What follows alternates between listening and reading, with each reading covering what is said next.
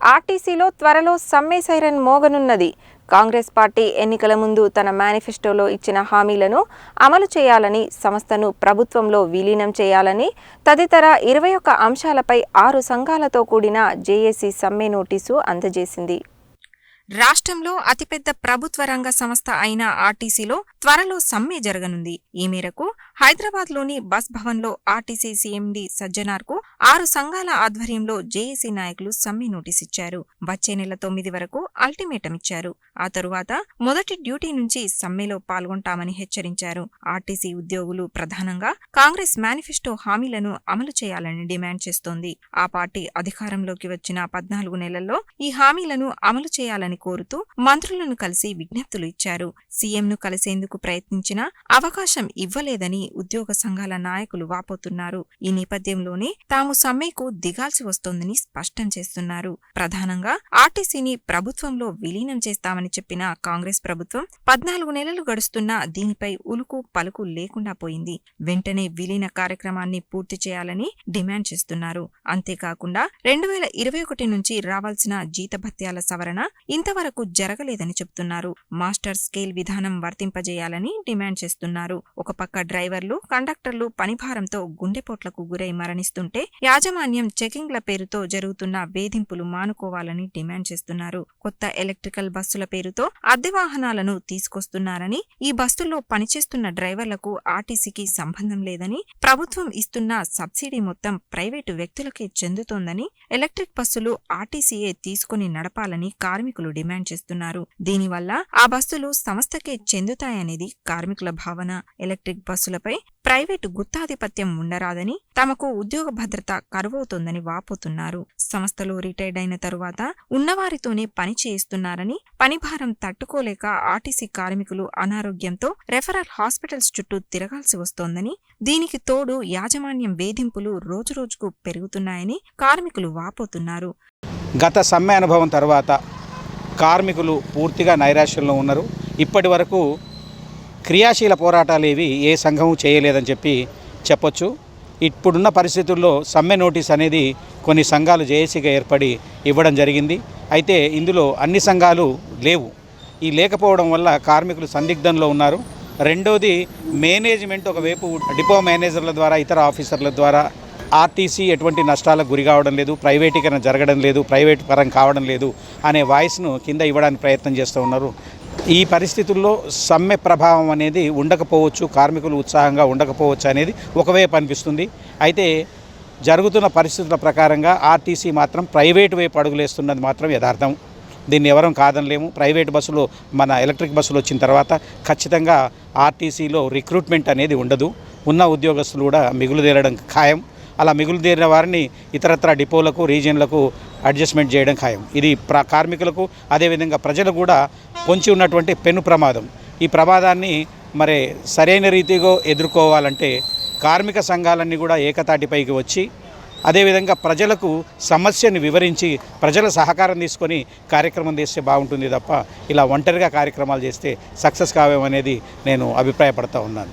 గతంలో ఉన్నటువంటి పరిస్థితుల కంటే కొంచెం మెరుగ్గా ఉన్నాయి. అయినప్పటికీ కూడా కొంచెం ఇప్పుడున్న పరిస్థితులు కొన్ని గవర్నమెంట్ ఏదైతే ఉందో కొంచెం శ్రద్ధ తీసుకొని ఈ హైయర్ బస్సులు ఏదైతే ఉన్నదో, దానికి సంబంధించిన బస్సులు వస్తున్నటువంటి బస్సులు ఏదైతే ఉన్నదో పొల్యూషన్ను దాన్ని దృష్టిలో పెట్టుకొని కొంత ఈ ఎలక్ట్రిక్ బస్సులు అనేది రావడం, ఆ బస్సులకు సంబంధించిన అంశంలో కొంచెం కన్ఫ్యూజన్ గురి కాకుండా ప్రభుత్వమే ఏదైతే ఉన్నదో ప్రభుత్వం దాన్ని కొని దానినే మన ఆర్టీసీ కొనసాగించే విధంగా తగు శ్రద్ధ తీసుకోవాలని విజ్ఞప్తి చేస్తున్నాం. మరి దీనికి సంబంధించి గౌరవ ముఖ్యమంత్రి గారు కూడా ఈ విషయంలో స్పందించి మరి ఈ సమస్యను పరిష్కరిస్తారని మేము ఆశిస్తున్నాం. మరి ఈరోజు సమ్మె నోటీసు మరి వేరే సంఘాలకు సంబంధించి ఇచ్చిర్రు. మేము ఐఎన్టీసీగా ప్రభుత్వ పరంగా మా యొక్క విజ్ఞప్తి ఏంటంటే, మేము ఆశగా మా ప్రభుత్వం చేస్తుందనే ఆలోచనలో మేము ఉన్నాం. మరి ఖచ్చితంగా ఈలోపు మాకు ప్రభుత్వం తగు చర్య తీసుకొని దీని మీద ఒక మంచి కమిటీని నియమించి పరిష్కార దశగా కొనసాగుతుందని చెప్పేసి మేము ఆశిస్తున్నాం. ఇప్పుడు ప్రైవేటు బస్సుల్ని ఎంకరేజ్ చేసే దాంట్లో మరి ఎలక్ట్రికల్ బస్సులు ప్రభుత్వం ఖచ్చితంగా కొని దాన్ని మేమే సంస్థనే నిర్వహించే విధంగా చర్యలు తీసుకోవాలని చెప్పి విజ్ఞప్తి చేస్తూ మరి దీనికి ఉన్నటువంటి ప్రభుత్వాన్ని మా యొక్క విజ్ఞాపన తెలియజేస్తూ ఉన్నాం. కార్మికులతో 14 నుంచి 16 గంటలు డ్యూటీ చేయిస్తూ తమకు భారాన్ని మోపుతున్నారని కార్మికులు ఆవేదన వ్యక్తం చేస్తున్నారు. 10 ఏళ్లుగా కార్మికులకు రావాల్సిన ఎన్కాష్మెంట్ ఇంతవరకు చెల్లించలేదని, కార్మికులు అనేక ఆర్థిక ఇబ్బందులతో తీవ్ర అవస్థలు పడుతున్నా యాజమాన్యం పట్టింపు లేకుండా వ్యవహరిస్తోందనే ఆరోపణలు వస్తున్నాయి. 2024 నుంచి రిటైర్మెంట్ పొందిన ఉద్యోగులు కార్మికులకు గ్రాడ్యుయిటీ చెల్లించలేదని, గడిచిన 5 ఏళ్లుగా కార్మికులకు యూనిఫామ్ కూడా ఇవ్వడం లేదని ఆవేదన చెందుతున్నారు. ఇలా అనేక సమస్యలను సమ్మె నోటీసులో ప్రస్తావించిన జేఏసీ నాయకులు ఇప్పటికైనా తమ సమస్యలు పరిష్కరించాలని డిమాండ్ చేస్తున్నారు.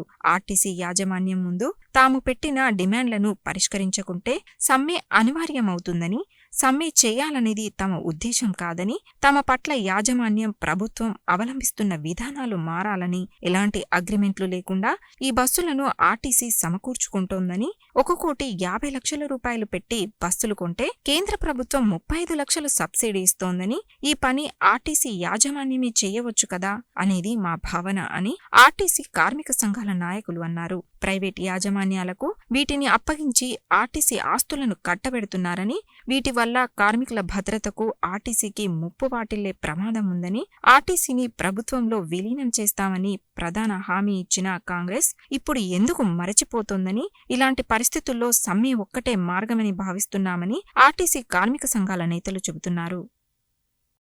ఆర్టీసీలో ఉన్నటువంటి ప్రధాన సంఘాలైనటువంటి ఎంప్లాయీస్ యూనియన్, టీఎంయు, టీడీపీ అనుబంధ సంఘం, టీజేఎంయు ఇవన్నీ కూడా జాయింట్ యాక్షన్ కమిటీగా ఏర్పడి దఫల వారీగా ఉద్యమాలు చేపడుతుంది. ఇందిరా పార్క్ వద్ద ధర్నా, నిరసన బ్యాడ్జీలు తదితర కార్యక్రమంలో భాగంగా ఏదైతే కాంగ్రెస్ ప్రభుత్వం మనకు ఎన్నికల హామీలో ఆర్టీసీ కార్మికులకు కూడా హామీలు ఇవ్వడం జరిగింది. అంటే ఆర్టీసీని ప్రభుత్వం విలీనం చేస్తానని, తర్వాత బకాయి పడ్డటువంటి వేతనాలకు సంబంధించి 2021 సంబంధించిన వేతనాలు వెంటనే ఇస్తామని, తర్వాత 2017 సంబంధించిన వేతన బకాయిలు.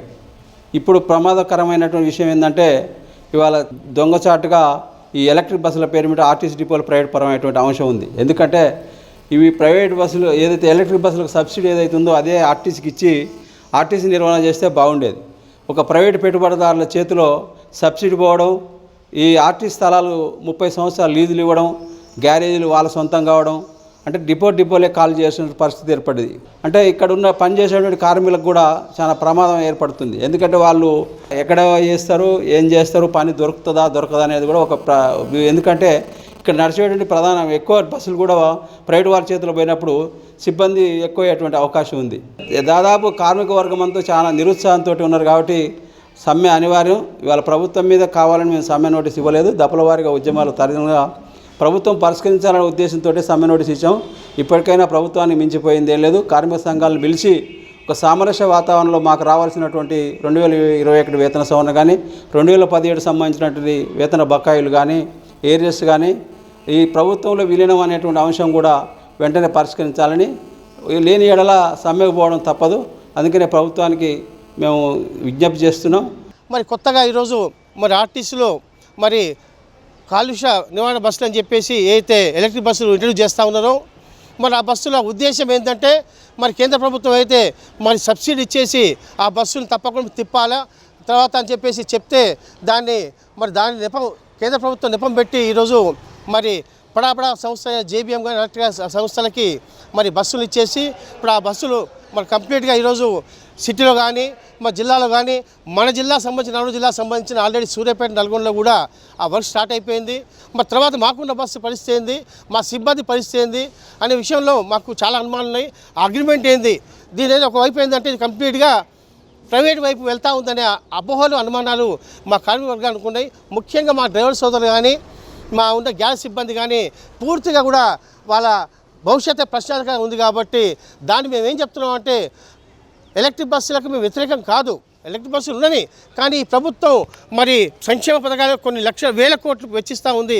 మరి ప్రభుత్వ రంగ సంస్థ అయిన ప్రజా రవాణా రాష్ట్ర అభివృద్ధిలో మరి కీలకమైన భూమిక పోషించే రవాణా రంగంలో ఆర్టీసీ మరి టీజీఎస్ఆర్టీ బలోపేతం చేస్తామని చెప్పారు. కాబట్టి తప్పకుండా కేంద్ర ప్రభుత్వ సహకారం, తమ రాష్ట్ర సహకారం తీసుకొని ఆ బస్సుని మీరే సమకూర్చి మాకు ఇవ్వాలని చెప్పేసి మేము ప్రధాన డిమాండ్ చేస్తూ ఉన్నాం. కోర్టు కూడా తప్పకుండా ఎన్నికలు నిర్వహించాలా, వీళ్ళకు తప్పకుండా ట్రేడ్ యూనియన్ ఎన్నికలు నిర్వహించండి, వీళ్ళకున్న సహకార చట్టం ప్రకారంగా సహకార ఎన్నికలు నిర్వహించని చెప్పినా కూడా ఈరోజు చేయకుండా మేము అయితే లేబర్ డిపార్ట్మెంట్ కూడా అక్కడ మొరబెట్టుకుంటే కూడా వాళ్ళు కూడా ఏంటంటే మేము ఎక్కడ కూడా మీరు యూనియన్ని మేము రద్దు చేయలేని చెప్తా ఉన్నారు. కానీ ఈ వచ్చే గవర్నమెంట్ కూడా మళ్ళీ వెల్ఫేర్ కంపెనీలు వేస్తే మరి దాని వెనుక ఆంతర్యం ఏంది? ఒకవైపు యూనియన్ అనుమతిస్తా అని చెప్తున్నారు, మేనిఫెస్టో పెట్టిండ్రు, మేము పోయినప్పుడు యూనియన్ అనుమతిస్తా అని చెప్పారు. కానీ మళ్ళీ వెల్ఫేర్ కంపెనీ కొత్త మీరు ఇంటర్వ్యూ చేస్తే దాని అర్థం ఏంటంటే మళ్ళీ కూడా వీళ్ళు గత ప్రభుత్వం ఏదో పొందబోతుందో వీళ్ళు అదే పొందబోతున్నారనే అనుమానాలు మా వర్కింగ్ క్లాస్ వాళ్ళు కాబట్టి ఇది లేని పరిస్థితిలో మేము దశవారీగా ఎన్ని చేసినా కాని పక్షంలో సమ్మె నోటీస్ ఇవ్వాల్సిన పరిస్థితుంది.